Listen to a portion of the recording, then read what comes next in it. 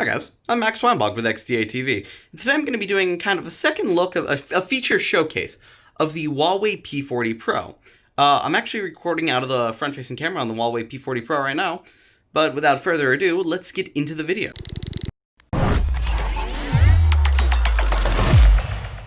Something I find really important to mention with this phone, and this phone in particular, is the hardware. Now, the hardware itself, the specs, aren't what is important here. Those are all great. They're fine. They are modern flagship specs. It's the feel in the hand. See, this phone is one of the most comfortable phones to hold, especially with the swiping up gestures. Because when you swipe up, it has this curve, like quad curve here, where each angle is a little curved. So when you swipe up, your finger isn't catching. So if I were to grab a phone, like, I don't know, OnePlus 8 Pro, when I swipe up, it kind of like, it feels weird. It's not as comfortable as on here, because here there's a little slight curve, so when you are swiping up, it feels nice, it feels fine. On other phones, it doesn't, and I'm not a fan of that anymore. Something else which is nice is this glass. It's a little curved, and it's a little thick, but it's a good thick, so it feels very sturdy, very comfortable, very nice in the hand.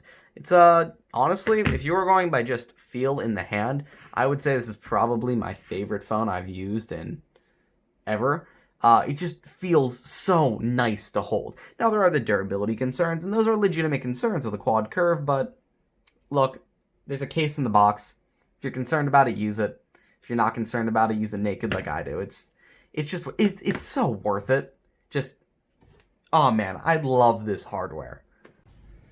As for the camera's pretty great. And by pretty great, I mean, it kind of depends on the updates. So the first update, this camera setup back here, which has 50 megapixel, 40 megapixel, 12 megapixel on the time of flight, it was absolutely fantastic. And I mean fantastic as in best phone I had ever used fantastic.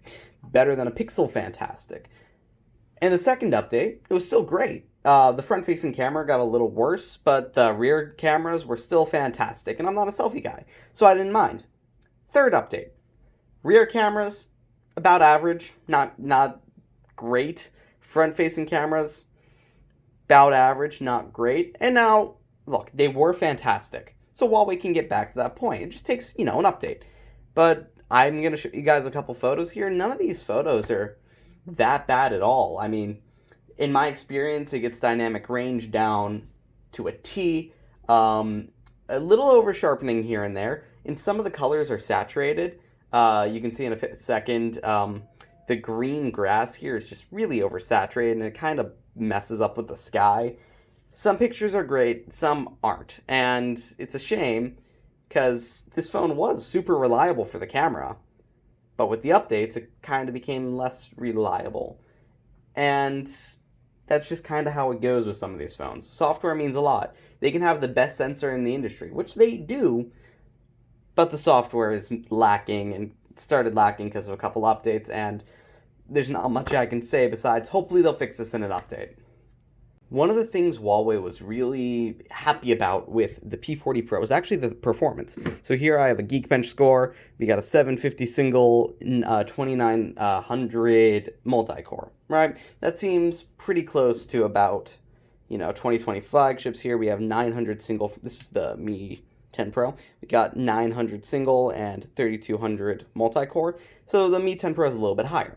But the thing is, Huawei here, these are a lot more efficient chips than the Snapdragon chips in general. That's usually why the battery life is better. So Huawei has much better RAM management, and it's a little bit more aggressive, which means the battery life will be longer, and also the chips are more efficient, which means these can do the same amount of work by using less power. That's why Huawei phones have had insane batteries recently, and you can get 8 hours screen on time, maybe 7, with the 90 hertz enabled on this phone and the full resolution. It's pretty great. The performance is great day to day as well. You're not really going to notice any slowdowns or anything. The UI feels smooth. It can easily push the 90 hertz refresh rate with everything here. In games, I haven't played many, but when I did, I had to uninstall them for storage reasons. I ran out of storage. But when I did have a couple games installed, like Fortnite, able to play, I didn't get any frame drops or anything. The GPU was able to handle it. But for some reason, it didn't support 60 FPS, which it should be able to, since the P30 Pro can do it. I'm assuming this is just something Epic Games has to update and push out, but I was hoping it would. It doesn't. That's on Epic, not Huawei. But in general, your GPU and the CPU on this should be able to handle any day-to-day tasks. It might not be as fast, but it's a lot more efficient, so you'll get more battery out of it. As I was mentioning with efficiency and the performance part, the battery life is also really good. This has a 4200 milliamp hour battery, which is not too large by 2020 standards, but pretty average. I'd say it's pretty average. But here's the thing. Huawei gets 40 watt supercharging, which is much faster than most other OEMs. You got Xiaomi and Huawei and Samsung and OnePlus with their 30, 40 watts, and those are all fast. But some Samsung phones are still 15 watt, and iPhone is 18 watt, and Google's 18 watt. So Huawei is up there with some of the fastest wired charging. And I believe in my recent tests, they still are the fastest, even though they're going at 40 watt, and like Samsung's going at 45. The Huawei phone will still charge faster with a smaller battery than a Samsung phone at more wattage with a slightly larger battery. I mean, that kind of makes sense, but at the same time, it's still impressive technology. If we're talking about wireless charging, this actually has 25 watt Huawei super fast wireless charging. I don't have one. Can't really get one super easily out in the US where I'm located, but I hear it's pretty fast. They also have a car charger. That's super nice. And what they do also have is reverse charging. So I can go here, turn on reverse wireless charging. Then when you flip over the phone, you can grab another phone like my iPhone SE here, stick it right on top, and boom. The Huawei phone can charge the Apple phone. It's kind of impressive if you think about it. It is pretty fast too. I'm not sure the actual wattage. I couldn't find any of that information on Huawei's website, but it is fast, and if you need a top-up for one of your friends, it can really, really help.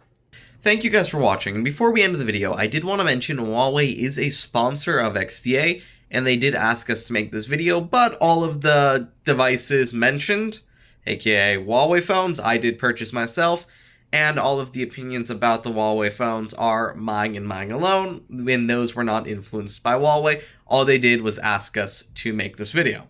So, thank you for watching, and let me know what you think of the P40 Pro and all these cool features it has.